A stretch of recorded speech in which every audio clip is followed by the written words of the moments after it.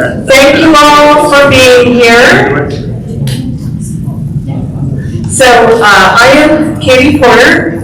I'm Executive Director of Inlandia Institute, a literary and cultural arts nonprofit based in Riverside and serving all of inland Southern California. And tonight we are here in partnership with the Riverside Public Library. And I would like to thank the library and Charmaine, whose last name I'm someone working on. I'm so sorry because I didn't write it down. And I know you, Charmaine, just as Charmaine, who's the amazing Charmaine.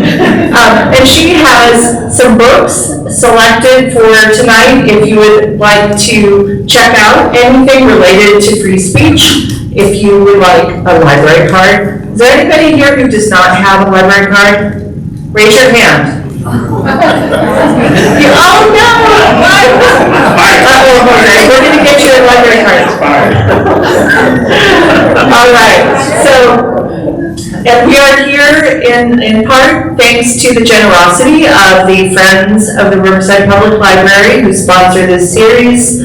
And we are in partnership for this year's events with the Center for Social Justice and Civil Liberties. We've got Dr. Tracy Fisher here representing and her staff.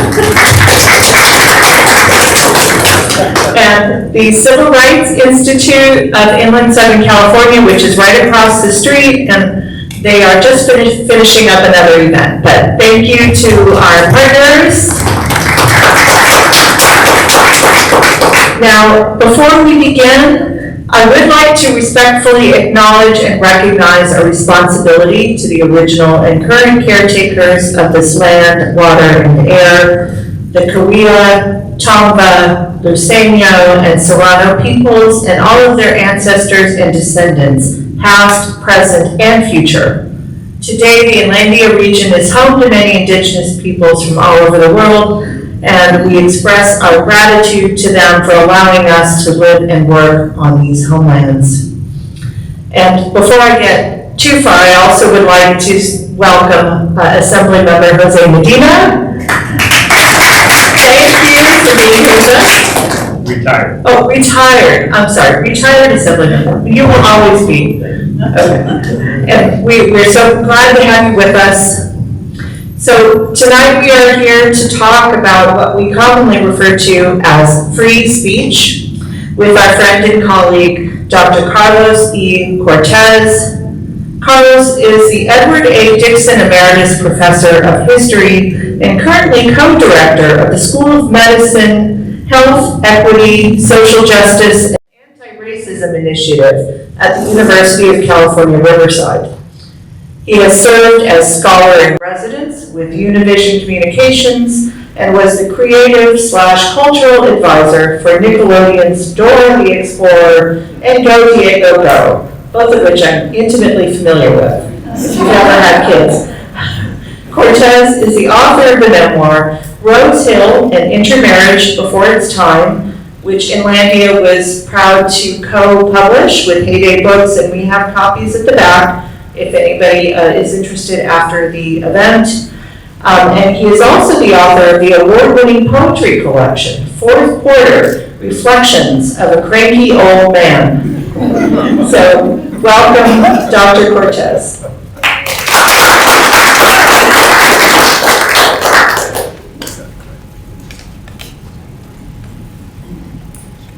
Hello. Is this working? Yes. Good. So,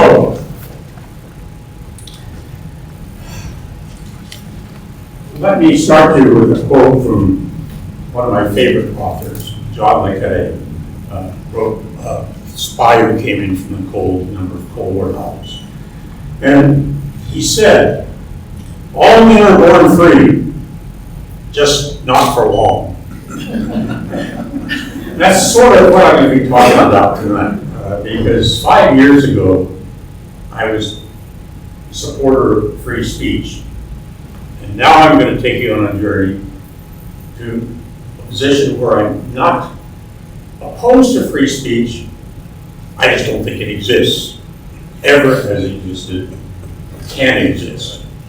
which creates another kind of set of problems, but I'm going to talk about those today. So, this all began in Antarctica, when Laurel and I, my wife Laurel and I, were on our second cruise to Antarctica, when I got a notification from the University of California's new National Center for Free Speech and Civic Engagement, and saying that I had been named one of the 10 inaugural fellows of the center, and I still remain a fellow emeritus, which gave me a little fellowship and also set me forth on my research project, which I applied for, which was asking the question, it was on diversity in speech. And I was asking the question, why do so many diversity advocates oppose or take positions which are opposed to that long American tradition of freedom of speech?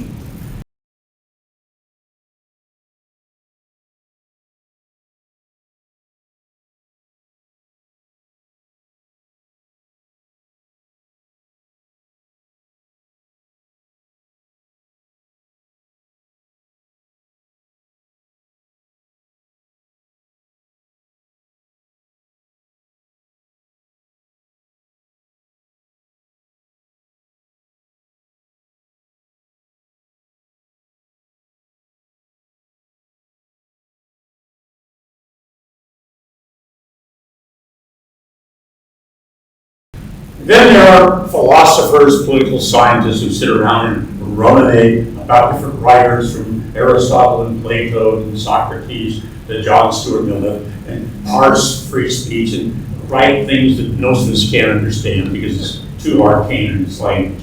And it still goes on. They get tenure, stay busy. And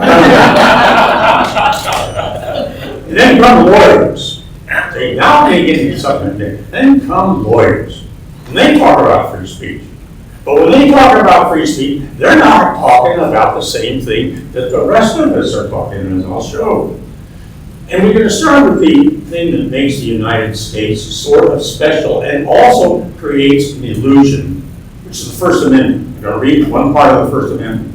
Congress shall make no law abridging the freedom of speech. Listen to that. Congress shall make no law abridging the freedom of speech.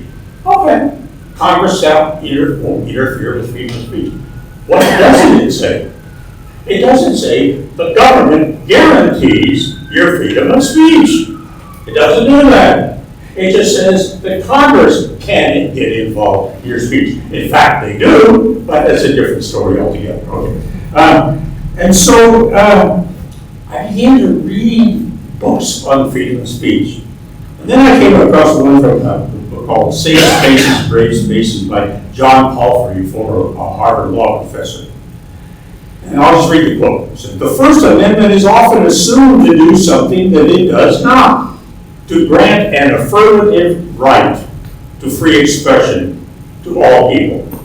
In other words, people think that that's what the First Amendment does, and in fact the First Amendment doesn't do that, but it makes no guarantees whatsoever about freedom of speech. It just says Congress can't get involved. And later, about the 14th Amendment, extended it to state legislators and to the executive and so on and so forth. And so freedom of speech in a legal sense is what Isaiah Berlin has called a negative right. In other words, the First Amendment gives you the right to not be interfered by Congress, but it doesn't stop anybody else from interfering with it. If you don't believe me, if you've got a job, go tell your boss tomorrow these are putts. Search your freedom of speech and see what you do on Monday. You'll be applying for unemployment. So, in other words, there are no guarantees for freedom of speech in the United States whatsoever, just a barrier, an important barrier between people walking around like us and Congress. Okay. And so, I asked myself, how are all these smart guys, all these women and men who are writing about freedom of speech, attorneys and all that, defending freedom of speech when there's no evidence that it exists? And then I found out they pull it off. They have a thing I call exceptionitis. So they'll write a whole book about freedom of speech and say, of course there are a few minor exceptions, and then we'll start listing the exceptions to freedom of speech. I brought one with me. This just came out. I thought I'll use some recent from Princeton University, the James Madison Center, which is one of the leading free speech centers in the United States. And they put out the Princeton Principles for a Balanced Culture of Free Inquiry. And they go blah, blah, blah, blah, the freedom of this, and academic freedom, and freedom of blah, blah, blah, blah, blah. And I said, okay. And suddenly I got a paragraph. The limits of speech. Okay, now the limits of speech in these extracurricular figures are those that generally apply in free speech jurisprudence. In other words, if we all knew what free speech jurisprudence was, we'd be great. We'd know all these things, including gender threat, deliberate incitement, inhuman violence, constitutionally defined obscenity, copyright violation, primary plagiarism, fraud, blah, blah, blah. And all that for an entire paragraph of speech not being free. And that's how free speech writers get away with proclaiming free speech. It's about to say, oh, there are a couple little minor exceptions here. So as I read these books on free speech, I actually had them writing down all the exceptions. By the time I got done writing my books, I had 3 pages typewritten in a line of exceptions that free speech defenders were saying. Then I read Stephen Hawking, his theory of everything. And what he argues is, if you've got a theory, and it has too many exceptions, maybe the theory sucks. And we need a new theory.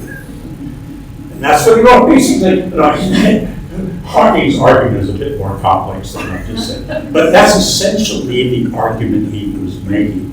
And it's a great argument. So I said, okay, so free speech really isn't, because it's so loaded with exceptions, what's an alternative? And that brought me to the final thing. Maybe come at it from a different direction. Let's talk about the lived experience of human beings, of Americans, who walk around free speech. And what we do is, you can say anything you want. We got free speech. So if free speech means I can open my mouth and sounds come out, then you've got free speech. However, if you are concerned about things like consequences, then your speech isn't so damn free. Because you've got to stop and think about consequences of what you're saying. So speech may be free in a legal sense. That is the way lawyers define it. But for walk around human beings like us, if there are lawyers here in the room, you're also a human being to a degree. So, and your speech is not unfettered. So free speech, as used by lawyers, does not mean unfettered speech. It means you can get away with saying anything. But what we have in the United States is a long tradition of virtue signaling of how wonderful America is as a free speech nation, and then a lived reality of human beings who get smashed because of their speech. And these collided with each other. And so, I picked a book by a friend of mine, Ellis Coates. It's called The Short Life, The Curious Death of Free Speech in America. I read the book. Ellis is a friend of mine. He was also a fellow, an inaugural fellow of the UC Institute. And I read the book, and what he actually proves is that there has never been free speech in America. But he just says we sort of got there about the 1920s. We've been receding ever since. And I looked at his evidence of how we got there, and there were plenty of exceptions in this whole thing. And so I think it's in that brought me to the next question. Then what are those things that fetter speech? That's what I went full scale Stephen Hawking and said, I'm not even going to pay attention to the idea of free speech. I'm going to look at things at obstacles to speech and see where that takes me. And Ernest Hemingway, in The Sun Also Rises, is the famous exchange where one of the characters says, how did you go bankrupt? And the other one says, gradually. Then suddenly. Well, 3 words, Hemingway's wrong. Gradually. Then suddenly. In other words, this one went along, and suddenly I'm bankrupt. Okay. And that brought me back to Laurel Time Cruise. And I don't know where it jumped out at me. We've been to the Falkland Islands twice. The first time we went to the Falkland Islands, we went up a hill, and suddenly we came to a fence, and it had a sign on it. Don't cross this fence, because on the other side of the fence are landmines. Because the Falklands had been invaded by Argentina, and before Argentina left, or were defeated, they planted lots of landmines. By the way, Ukraine is still facing this in trying to advance against Russia, but they planted so damn many landmines that the tanks can't move. Okay, so landmines. So here was this fence saying, you stay on one side of the fence, you're cool. You can walk around, you're free. You walk or go to the other side of the fence, you're likely to be dead. Okay, so we just sort of hoped that the people erecting the fence put it in the right place. One or 2 feet off, okay? And it suddenly hit me. Speech in America is like the Falklands fences. If you stay on one side of the fence, you're cool. You go to the other side of the fence, you're not cool at all. You're in jeopardy. That's not freedom. That's really being on one side of the fence. So the question I then raised was, what are these fences? Who erects them? Who applies them? How do they operate? I thought I'm going to see something this week. I want to see something happen this week. My God. The House of Representatives came through for me. Okay. Matt Gaetz, Republican from Florida, brought down Kevin McCarthy and gave long speeches and all this sort of thing. Yesterday, in the Washington Post, Newt Gingrich, Republican, former leader of the House of Representatives, said, Republicans must expel Matt Gaetz. Some behavior just crosses the line. And when it does, there have to be consequences.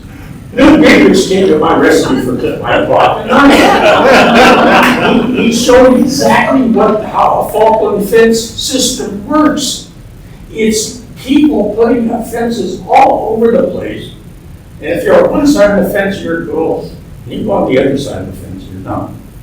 Which then said, what kinds of fences are out there?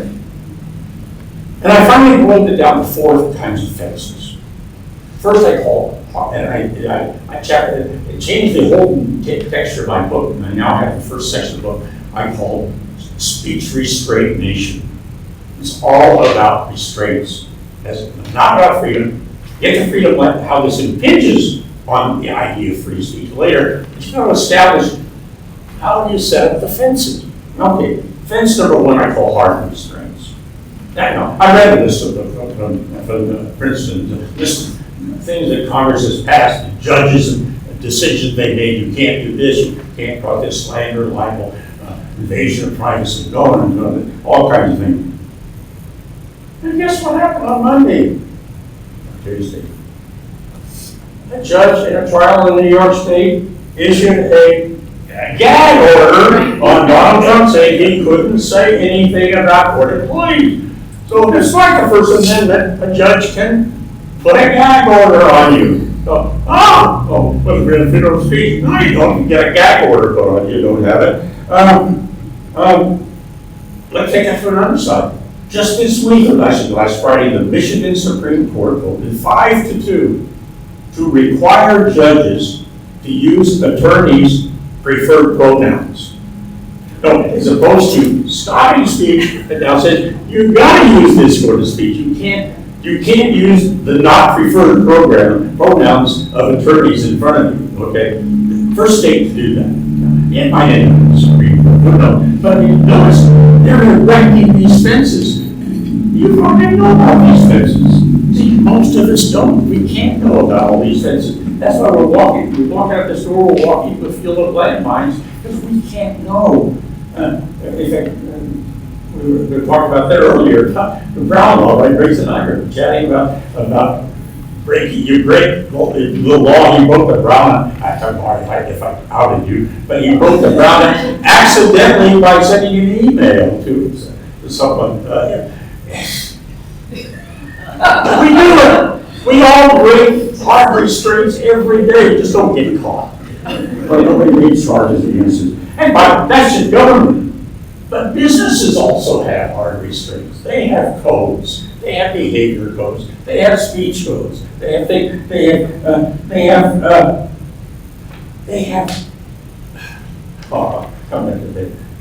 they have agreements they make with employees who say, I won't talk about something that takes place at a certain meeting and all that. You can't come to the meeting unless you agree that you can't say anything. And it's by law.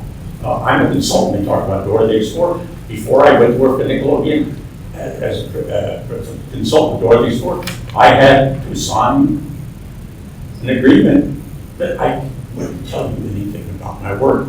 See, so people look and say, Carlos, somebody wants neat stories about your work with Door to Explorer. I say, well, sorry, I signed a non-disclosure agreement. It's illegal for me to say anything. So there are hard restraints out there. And they're not just from government, from private industry, they're from nonprofits, they're all over the place. Then there are soft restraints. Now notice hard restraints, you can't do this, you must do this, you can't do this, you must do this. Retain speech. Then there are soft restraints where you sort of erect a certain set of principles about your organization. And you can't go against those principles.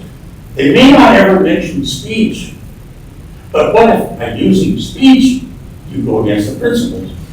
Case in point, I got my friend Kathy out there. I just got it from the chancellor yesterday. Dear campus community, and it's the principles of community for UCR. And it's a really good set of, I'm looking, okay, but I'm going to read something from it. Okay, here's the 3 goals of our campus. Second, we must ensure our campus sets an example of respect for all people. Okay. Third, we must ensure that our campus is a safe and welcoming environment for anyone. Respect for differences in civil discourse must become a hallmark of how we live and work together. We as members of the University of California Riverside affirm our responsibility and commitment to creating and fostering a respectful, cooperative, professional, and curious campus environment, and pleasantness and mutual respect. And it goes on and on and on. That's nice words, and I agree with it. I'm glad they put it out. So what happens when a professor doesn't live up to those principles? Notice nothing is said in there about you can't say, no hard restraint. They say such principles. And then you're supposed to act according to those principles, which includes your speech.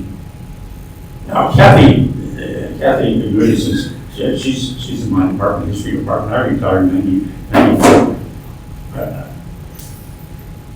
Maybe since 1994, everyone, every faculty member, every staff member is so respectful and so nice that none of these principles will ever be, nothing happened.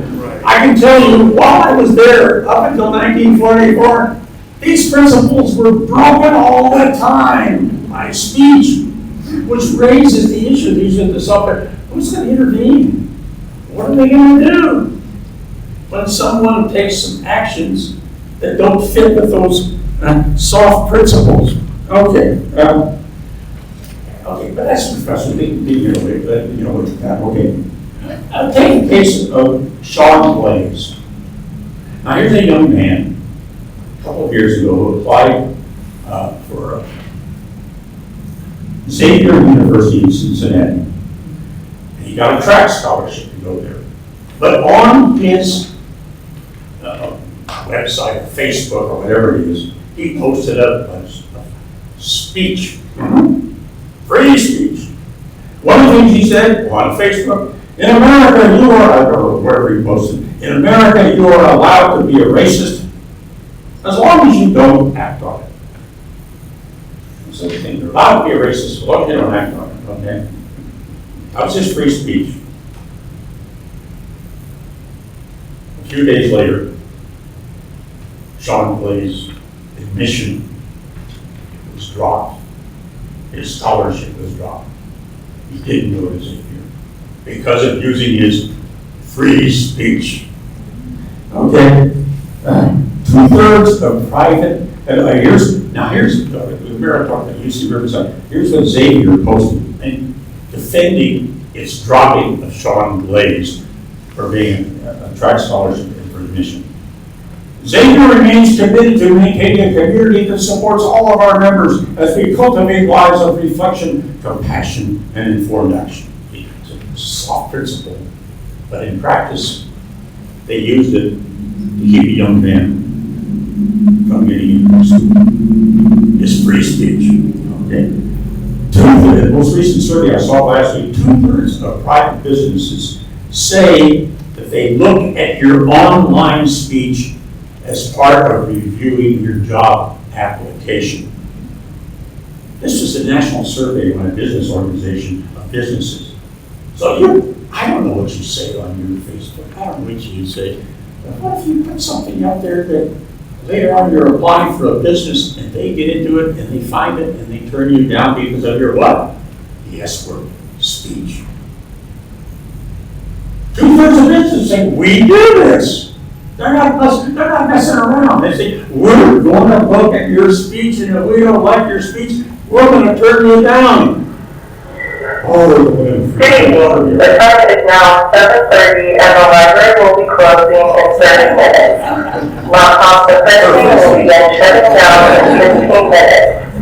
Please make your final selections and proceed to the checkout station. No library services will be available after 8 p.m. Thank you. See, if I wrote some campuses, some don't even consider bloodying my free speech as a speaker, so you can't do that. Okay. Now they have scrubbing services that you can now get by. You can pay to go into everything you've posted and scrub anything.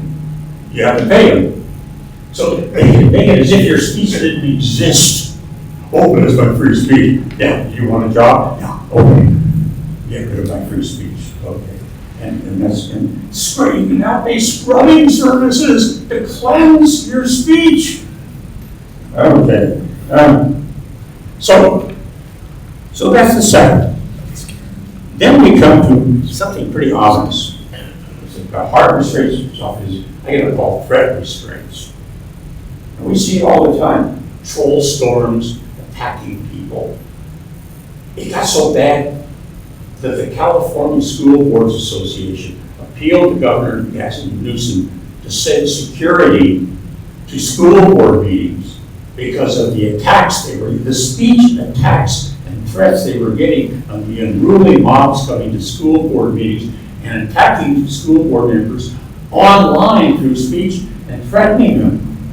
You say, well, couldn't they sue them? They can't sue everybody. So the threats are working. They're shutting people up. And then you've got state laws coming along. Remember that first one? Banning teachers from teaching certain things, including, quote, divisive concepts. So you're a teacher. You've been teaching about something, and something the state legislature says, you are banned. You can be fired for teaching a divisive concept.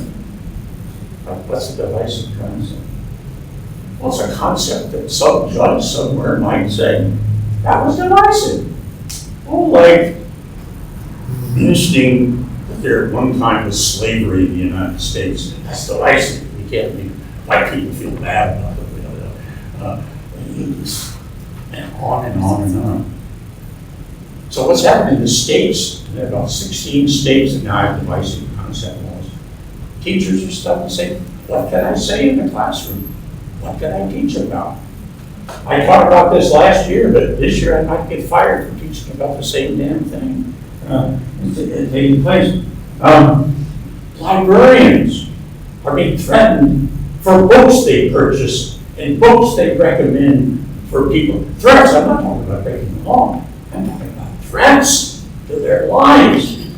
To shut up and don't say anything. And be careful what books you recommend. That's my free speech or no. Forget about the law. You can get threats from human beings. If you do this, who knows who you're going to get something to be posted about you online and people are going to know about it, okay? Or try this one. Roe versus Wade was overturned. Now a number of states in the United States ban abortion. The laws are no different in each state that ban abortion. Some states have gone several steps further than simply banning abortion. They've made it a criminal act if you help someone get an abortion. And in some states, this applies to people who aren't even in the state.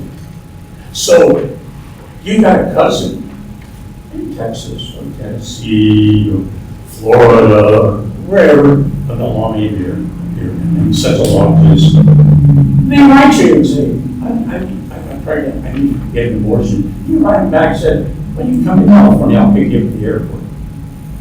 That's your free speech, right? According to some state laws now, you might be a criminal, subject to criminal charge, simply because you wrote an email back to your cousin saying, I'll pick you up at the airport. Now, would this happen? I can't guarantee. But a fault offense was invented, which is the fear of God in you. Watch out what you say about abortion to anyone, period. Because you may not know how you're going to run afoul of law somewhere. So all this then leads to the fourth kind of fault offense, which I call self-restraint. The heart restraint, self-restraint, threat restraint, self-restraint. Of course, if you're going out of court and saying, oh my God, that's self-censorship. We don't want people to self-censor. Well, I want people to self-censor. I love my wife. I come down one morning and I look in the mirror and oh my God, an 89-year-old woman from Canada. She said, hi, handsome. I'm so delighted she self-censored herself. It makes me so happy. Okay, I can look at we used to call it courtesy. See, now, if you're courteous, you're suddenly self-censoring, that sort of thing. But on the other hand, there's a different kind of self-censorship, the self-censorship of ideas. And I think this is crucial. And all this screaming about people shouldn't have to self-censor is a bunch of nonsense. People should self-censor. It's very important. It's courteous. Okay, it's respectful. But they shouldn't have the self-censorship about talking about ideas.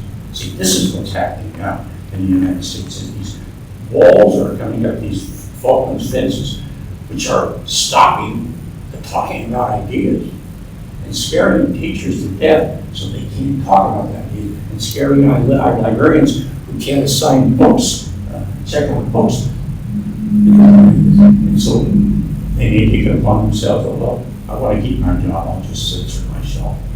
And I won't tell them, we have books about this and books about this. And so we're on the one hand, self-restraint is damn good when it comes to respect. When it comes to having to just hold yourself in on ideas because of the fears of these fallen fences and what can take place if you step on those landmines, they don't have to apply. When that happens, governments don't have to drop you on top of the landmines and watch them explode. You've self-immolated because you just shut your own mouth. And that's the main goal anyway of these laws. It's not to go to the courts for every teacher who brings up a topic. It's just to scare the hell out of them so they don't say anything. So self-censorship works. And then we've got the final one. We've got the final one, which is a whole new volume. I call digital restraints. And it's a really different, it's changed the name of the game. And the issue is this. What is the internet? I know it sounds very silly, but is it like a newspaper or is it a common carrier like a telephone? Think about that, just that combination. So a newspaper makes choices. You write a letter to the editor, you send it to the newspaper. The newspaper is not under any obligation to print. Oh, you turn us my free speech to say it. Yeah, I own the newspaper. I can turn you on your letter. They do it all the time. Okay, magazine do it. You name it. Can be turned down. So that's newspapers. That's the old medium. Telephone. You get on the phone, no one's monitoring.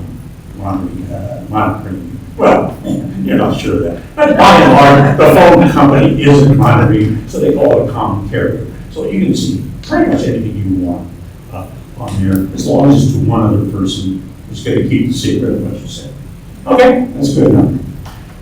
Now comes along the internet.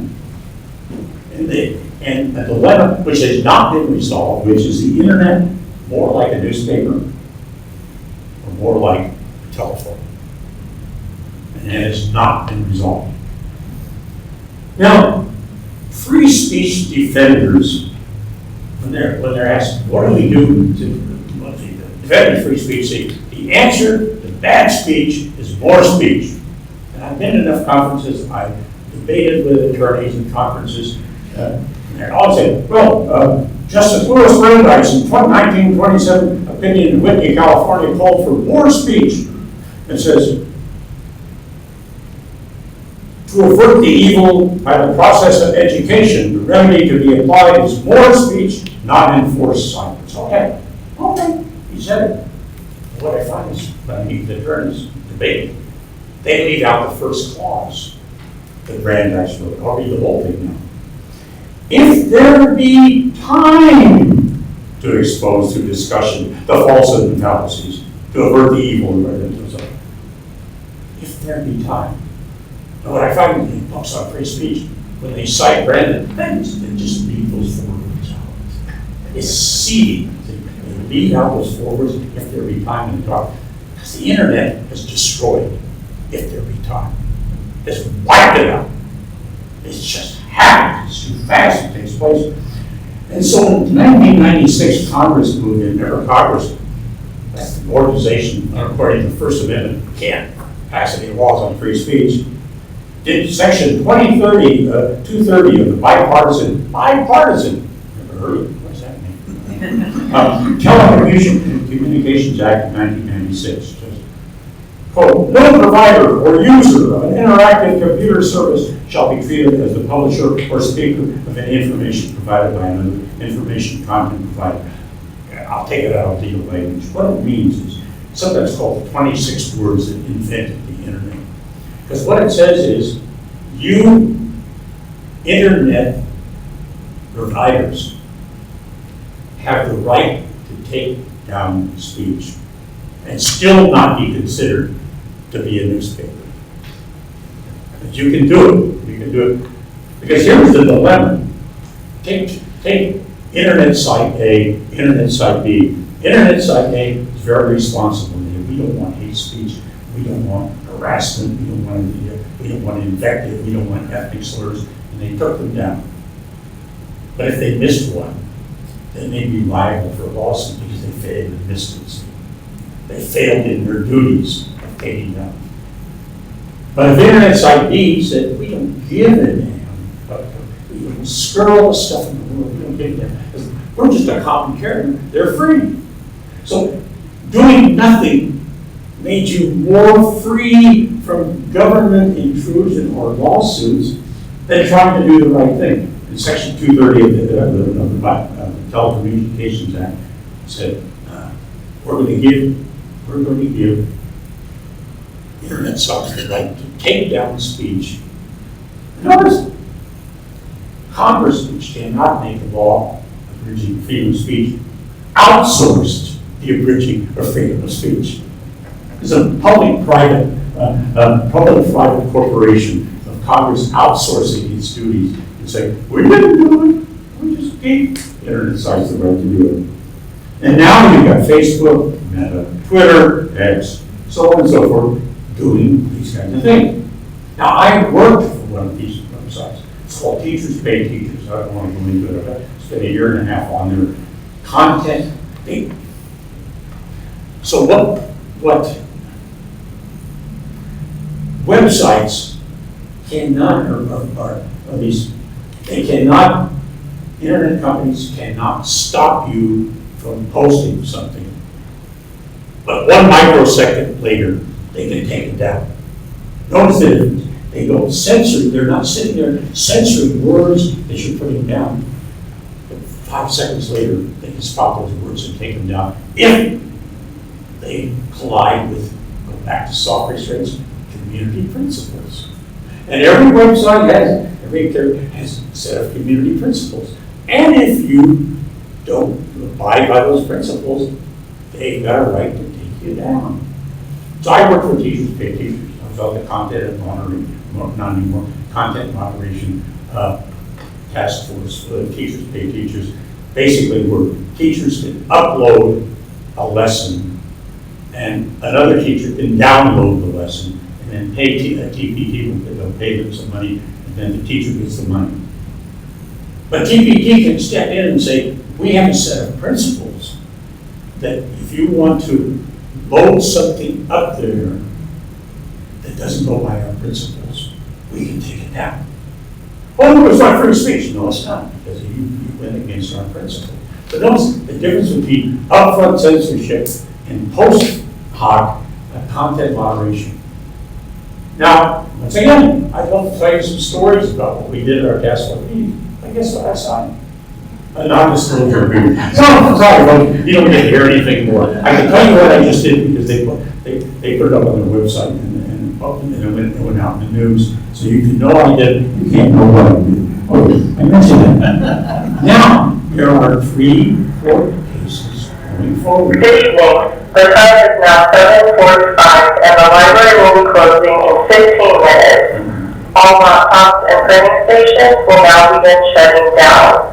Please return laptops to the kiosk, pick up final printing solutions, and proceed to the checkout stations. Public restrooms will begin shutting down in 10 minutes. No library services will be available after 8 p.m. Thank you. So there are 3 laws, 3 states now, Florida and Texas passed a law giving them the right to regulate social media for unfair censorship. Other thing. So we can step in and say, you have been censoring in an unfair fashion. And what you've been doing is making conservative voices, you've been taking them down more than liberal voices. So they passed laws saying that the government, their state government, can interfere with the right that was given to them by the Telecommunications Act. On another direction, New York legislature just last week passed what they call the online hate speech law. And it requires websites to publish a hateful conduct policy. So Florida and Texas are saying, Florida and Texas are saying, you can't do unfair censorship. New York said, you got to do more censorship. All 3 of them are going to end up in the Supreme Court. And of course, 9 unbiased judges will make it. I made one of these points, and I'm going to turn it over to Katie now. If you walk away from here, feeling decidedly less free than you walked in, I say mission accomplished. Because I think you're better off knowing that those fences are out there. It won't be like shotgun. On the other hand, we ought to be committed to robust speech, to pushing those fences as far back as we can, to maximize the speech we have, but without any delusions that it's a freedom issue. It's a choice issue about where we put the fences. I think that's the battle we face, certainly in the next decade, an important one. So at that point, I'll turn it over to my friend Katie. We're going to talk.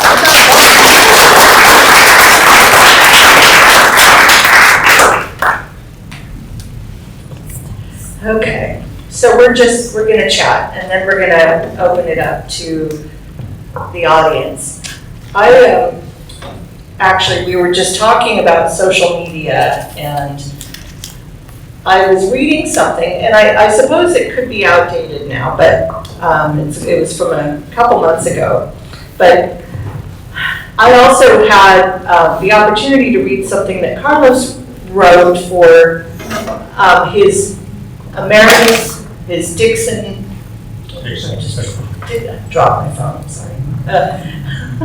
The Dixon Professorship for the American Diversity Report, and it had a lot of very useful terms that I hadn't heard before, and one of which you haven't mentioned at all yet, which is you don't think of it as free speech, you now think of it as robust speech. That's what you're advocating for. And that there are some people out there who call themselves free speech absolutists, which I know you were talking about, but Elon Musk, who now owns Twitter, calls himself a free speech absolutist. And he now considers on X/Twitter that the words cis or cisgender are considered slurs on the platform, which seems to me to go against that free speech absolutist principle. Another Falklands fence, just set up by Elon Musk. So, I guess what are some of the kinds of common speech-related dilemmas? You reference those that we might encounter, and how can we get around them? How can we avoid stepping on the landmines? We can't avoid it. We can increase the likelihood of stepping on. That's the best we can do, because there's just too many out there. We can't know them all. That's an impossibility. So, I would just be taking an example. It's not on purpose. You mentioned Elon Musk. I didn't mention Elon Musk. You stepped over a possible fence of getting sued by Elon Musk. You won't, but you could. I didn't, because I didn't mention him. And Elon Musk has been known to do things that are a little unpredictable. My sense is, don't live in fear, but live in awareness. Don't live in a fool's paradise of free speech. But push the limits on robustness. And by the way, take some chances in the process. Because if we go to that fourth fence, set of fences, if we self-censor too much, then we've done the job of people who want to erect really high Falklands fences. So, thinking too about, what was that?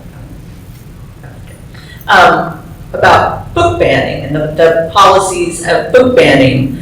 There seems to be some ironies, because the people who are using their free speech to go in and ask for these books or demand that these books be taken off the shelves are censoring what other people should be allowed to read. Absolutely. That's the irony.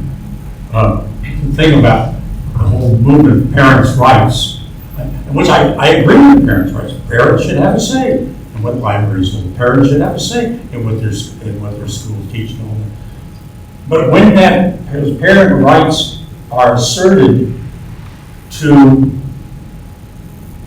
impinge on the rights of others to get access to books, to knowledge, to think, take divisive concepts. One of the things that school boards, some school boards, including in California, are doing is banning critical race theory. Okay. They don't have a whole list of things you can't say, because they against critical race theory, which makes a teacher have to say, my God, am I possibly, is something I said last year maybe found somewhere in critical race theory? I've never read critical race theory, but maybe something I said could be construed that it was critical race theory, and they shut up. So that when speech is used to erect boundaries to other people's speech, then in fact what all you've done is move the fences. So every time I read about a court decision or something that says, oh, this was a great step for freedom of speech, I ask the question, whose speech did they take away? Because in most cases, they haven't improved freedom of speech. What they did is move the fences, as you pointed out, that some for a teacher who wants to teach about slavery or discrimination or segregation, he's got to step back and say, oh my God, I wonder if that could be construed as critical race theory and I lose my job.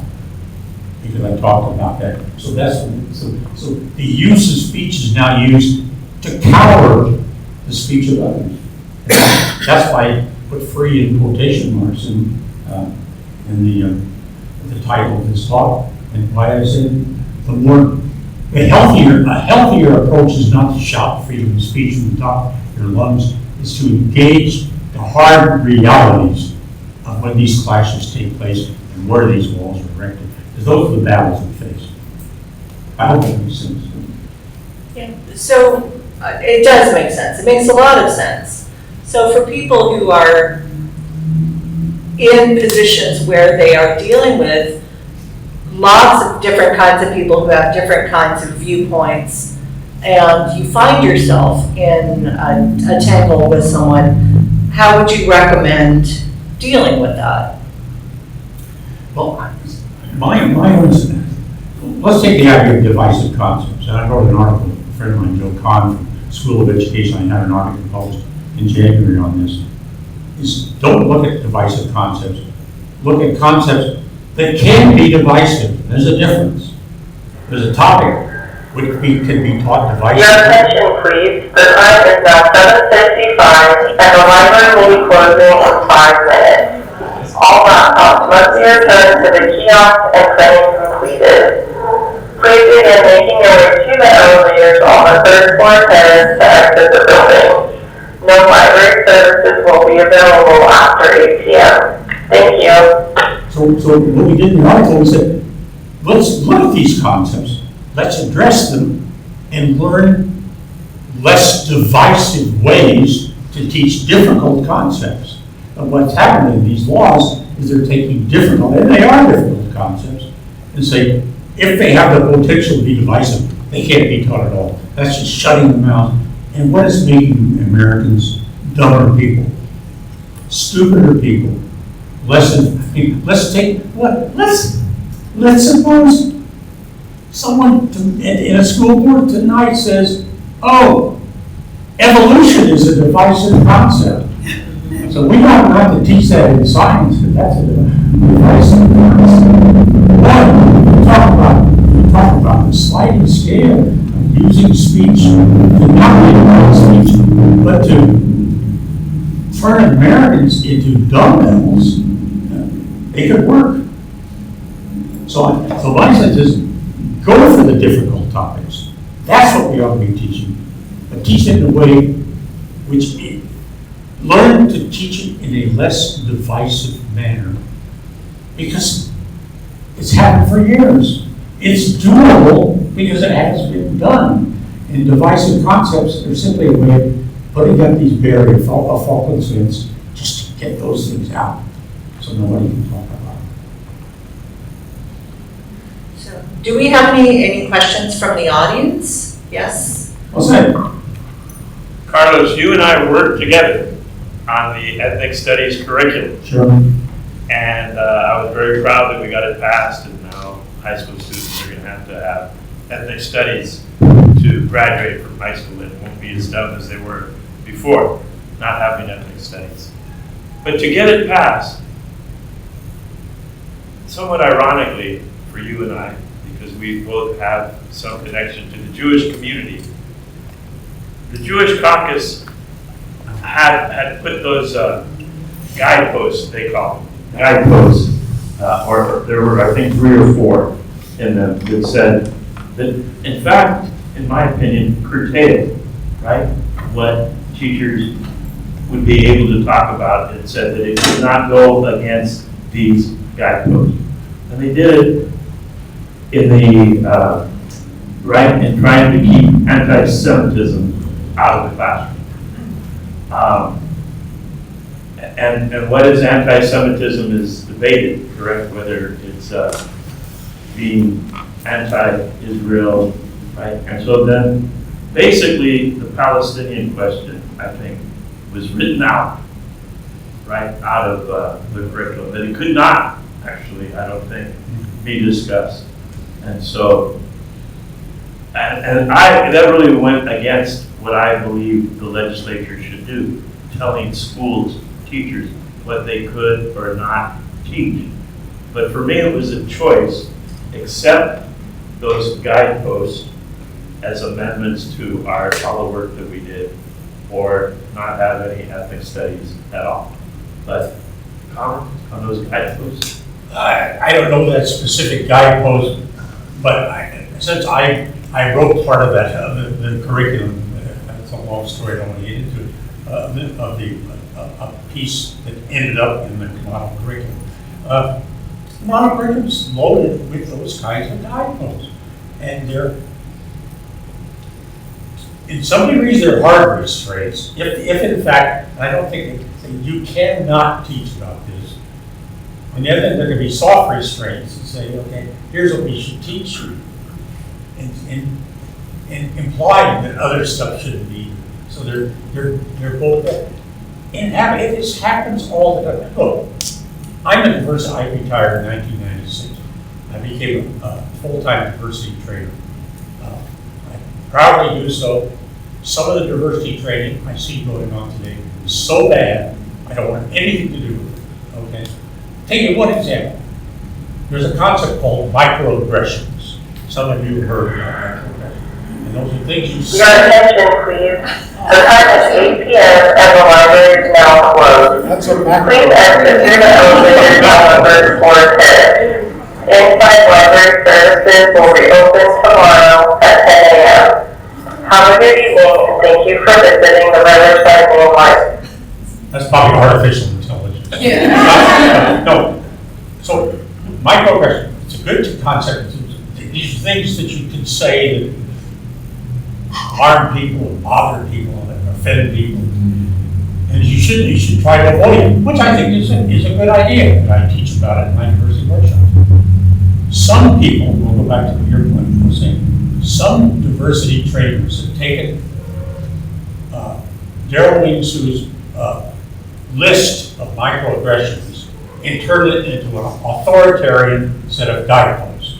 The first one on it is, don't ask, where are you from? You should not say, where are you from? That's the dumbest thing I've ever heard. Where are you from is the best way to start to get to know a human being. Hi, where are you from? And you find out, oh, that starts a conversation. It's in his list. And the reason it's in his list is a good reason. Because he said some people, after someone, say an Asian American says, I'm from Topeka, Kansas. Where are you really from? See? But it's the follow-up question that's the bad thing, not the original question. But some of the donos who are diversity trainers today are teaching, avoid these 10 things. Wash your mouth out with soap. And encouraging people to protest and cancel and call out people who ask you where you're from. It's absolutely insane, but it's turning a soft idea, which is be respectful of others, and turning into a hard idea, which is you shall not say this. And it's happening all over the place. And that's what causes human beings to not be able to relate to each other. Because they're sitting around afraid, am I going to break the rules? And I have gone to campuses which have taken that list and said, you should send them out to the faculty, and the students say, don't say these 10 things, including, where are you from? It's so inane, but it's actually taking place on college campuses. Fortunately not ours, so, yeah. There is one kind of free speech that's mandated under federal law. Okay. The enforcement is spotty, but federal law requires that employers not discipline or fire people for union activity, for talking about union representation, organizing unions. That's a requirement. Okay, but I personally have been fired twice for union activity. The second time I was working for Kaiser Steel, the federales got on and said, you got to put this guy back on the job and pay him all his back pay. And that happened. So it turned out to be a victory for union activity.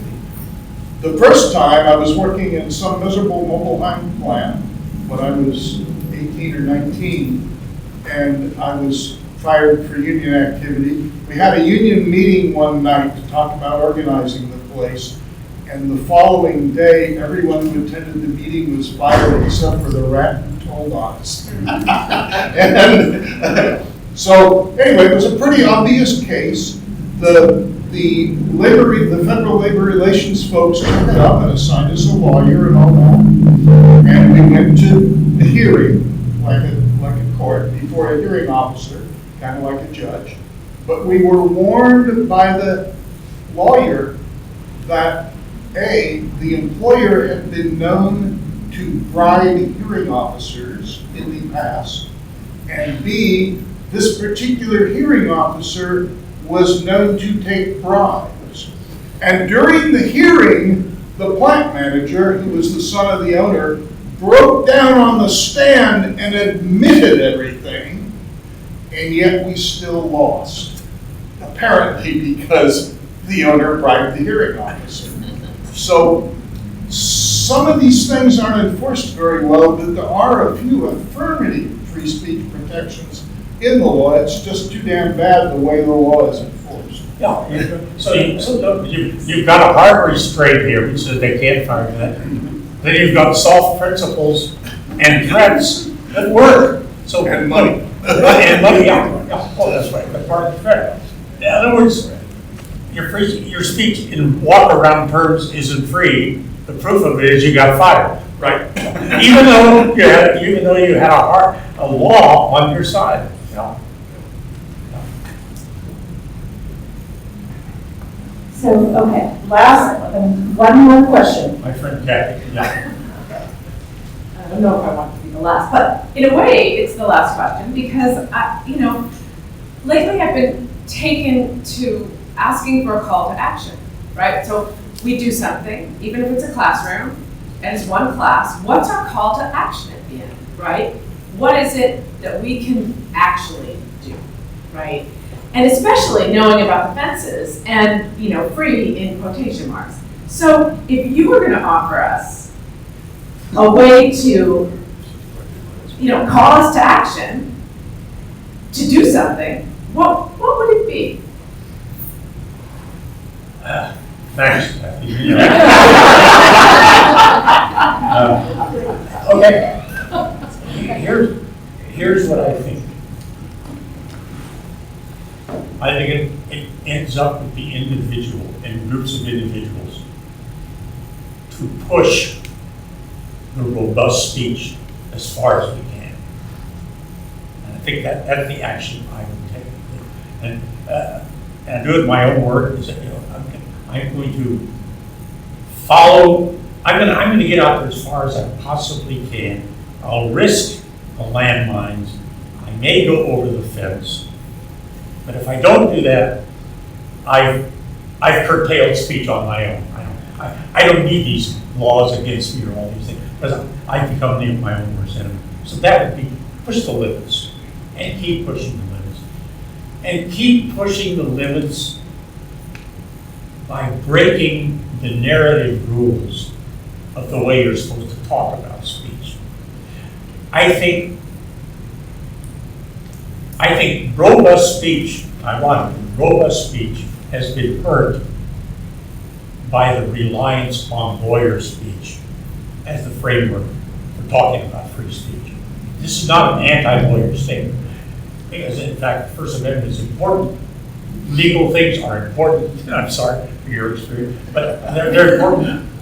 But we should, and what I'm trying to do in my own work is turn the whole conversation upside down and say, let's look at those fault fences and let's push them back to robust speech.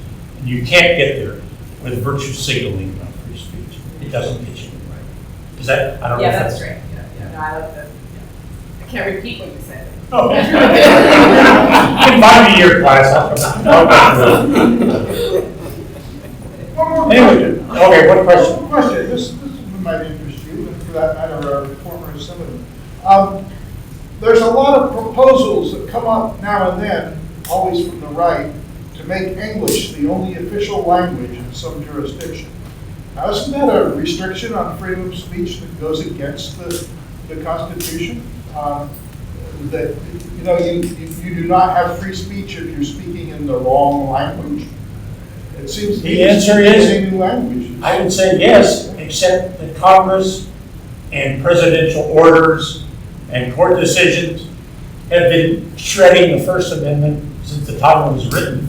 So Yeah. that's not a new one. Yeah, that's not a new one. But yeah, and by the way, that's one dear to my heart. I actually once went to Washington D.C. and debated the head of U.S. English, which is the group that is supposed to push this thing, opposing the idea.